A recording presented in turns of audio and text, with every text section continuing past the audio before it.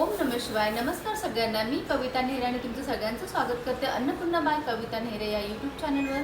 आज आपण बनवणार आहोत अगदी सोपी रेसिपी. तर फ्रेंड्स, आज आपण बनवणार आहोत खूप चविष्ट आणि झणझणीत सुकटाची आमटी म्हणजे ड्रायफिशची आमटी. ही आमटी गरम भात किंवा भाकरीसोबत खूप अप्रतिम लागते. तर चला पाहूया सोपी आणि झटपट रेसिपी. सर्वात प्रथम पॅन गरम करायला ठेवूया. त्यात तेल टाकूया थोडंसं आणि त्यात चिरलेला कांदा टाकूया, आल्याचा तुकडा टाकूया आणि लसूण टाकूया. हे छान असं भाजून घेऊया सोनेरी रंग येईपर्यंत. आणि मीनवेल यासाठी लागणारे साहित्य सांगते. तुम्ही कुठलेही सुकट फिश घ्या. मी सध्या वाकट म्हणून एक फिश आहे, गावाकडे मिळते, मी ती घेतली आहे, खारट असते ती.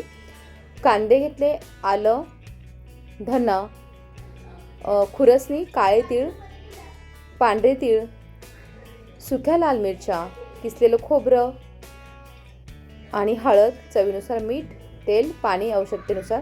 खूप कमी सामग्रीमध्ये ड्रायफिश ग्रेव्ही खूप छान होते. मसाला इकडे भाजतोय तोपर्यंत मी तिकडे सुकट 2 ते 3 वेळ स्वच्छ पाण्यात धुवून घेतले आहे.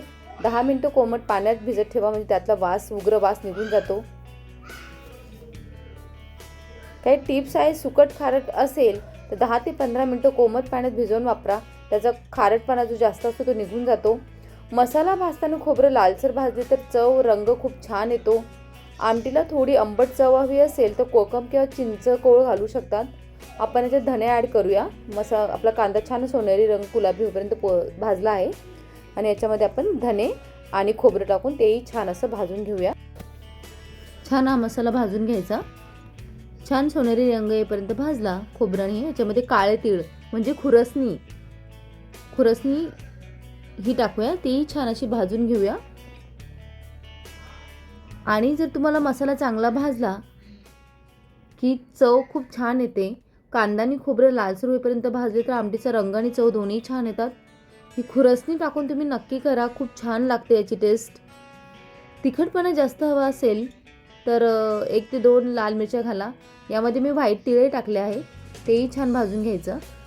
आंबट चव जर पाहिजे असेल तर आमटीला चांगली चव यावी म्हणून कोकम किंवा थोडीशी चिंच घालू शकतात. वास कमी करण्यासाठी सुकट परताना थोडा लसूण किंवा आलं घातल्यास वास कमी येतो. मसाला आपला हा छान भाजून झाला आहे, तो आपण थंड होण्यास ठेवूया. आणि side by side me fish धुवून ठेवली होती, त्याची पण तयारी करूया. मसाला छान असा फाईन पेस्ट करून घ्यायची. मसाला छान मिक्सरच्या जारमध्ये टाकून आपण त्याची फाईन पेस्ट करून घेऊया. तुम्हाला जर ग्रेव्ही करायची तर एकदम फाईन पेस्ट करा. जर तुम्हाला थपथपीत करायचं असेल तर तुम्ही थोडंसं सरबरीतच वाटून घ्या. ही छान अशी पेस्ट करून घेतली असे. आणि आता आपण एक कढईमध्ये गरम करायला ठेवूया. कढई गरम झाली की त्यात आपण तेल ॲड करूया. आणि हे तेल छान असं गरम झालं की त्यामध्ये आपण हे धुवून ठेवलेली फिश होती ती छान अशी हळद, कोथिंबीर टाकून आणि लसूणही टाकून छान असं परतून घ्यायचं. त्याचा छान असा सुगंध येतो, फ्लेवर उतरतो छान याच्यामध्ये, या तेलामध्ये जर मसाला भाजल्यावर. छान असे फिश फ्राय झाले की त्यात आपण मसाला करून ठेवला होता तो घालणार आहोत. हळद टाकली थोडीशी आणि छान असं परतून घेऊया.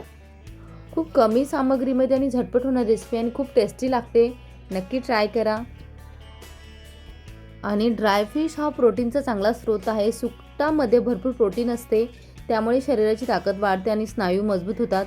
कॅल्शियम भरपूर असते. सुके मासे खाल्ल्याने हाडे आणि दात मजबूत होण्यास मदत होते. ओमेगा 3 फॅटी ॲसिड यामध्ये ओमेगा 3 असते आणि ज्याचे हृदयाच्या आरोग्यासाठी, मेंदूसाठी चांगले असते. छान मासे हे परतून झाले ड्रायफिश. त्यात कढीपत्ता आणि कोथिंबीर टाकून परत छान असे परतून घ्यावे, जेणेकरून त्याचा फ्लेवर खूप छान येईल. ड्रायफिशमधून आयर्न लोह मिळते सुकटामध्ये. यामध्ये आपण आता घरगुती मसाला टाकूया. हळद, गरम मसाला, धने जिरे पावडर, मीठ आणि मालवणी मसाला, लाल तिखट. हे छान असं ह्याच फिशच्या याच्यामध्ये आपण ॲड करूया आणि छान असं भाजून घेऊया त्याचं कच्चेपण जाईपर्यंत. छान असं परतलं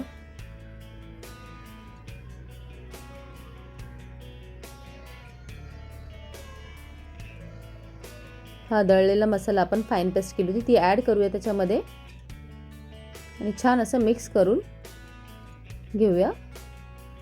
आणि तुम्हाला ग्रेव्हीची थिकनेस जेवढी पाहिजे तेवढं तुम्ही पाणी त्याच्यामध्ये टाका.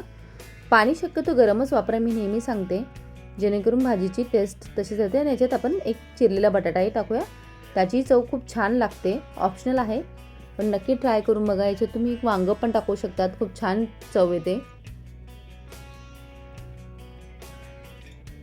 ही भाजी भाताबरोबर भाकरीसोबत खूप छान लागते, नक्की ट्राय करा. गरम भात, ज्वारीची भाकरी किंवा बाजरीची भाकरीसोबत खूप छान लागते. कन्सिस्टन्सीप्रमाणे पाणी ॲड करून 2 ते 3 मिनटं मस्त छान झाकण ठेवून त्याला उकळी येऊ देऊया.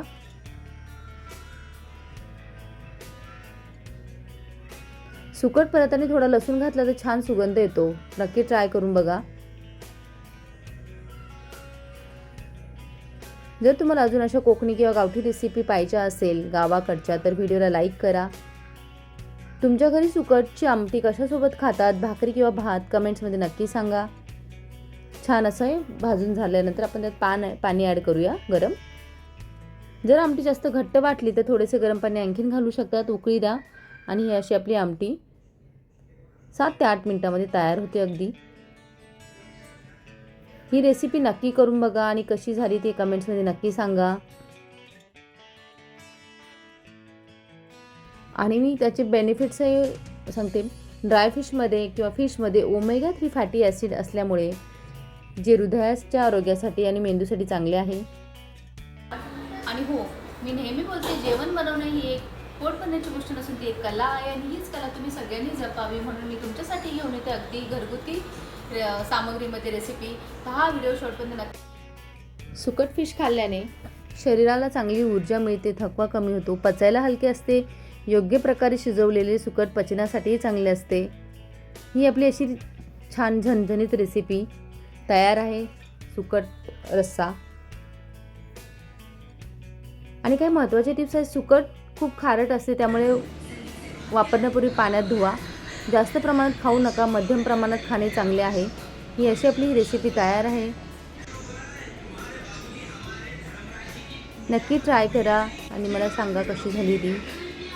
आणि हाच मसाला तुम्ही नॉनव्हेजसाठी वापरू शकता किंवा कुठे व्हेज रेसिपी करायची त्याच्यासाठी वापरू शकता. हा व्हिडिओ आवडल्यास लाईक करा, शेअर करा आणि सबस्क्राईब करायला विसरू नका.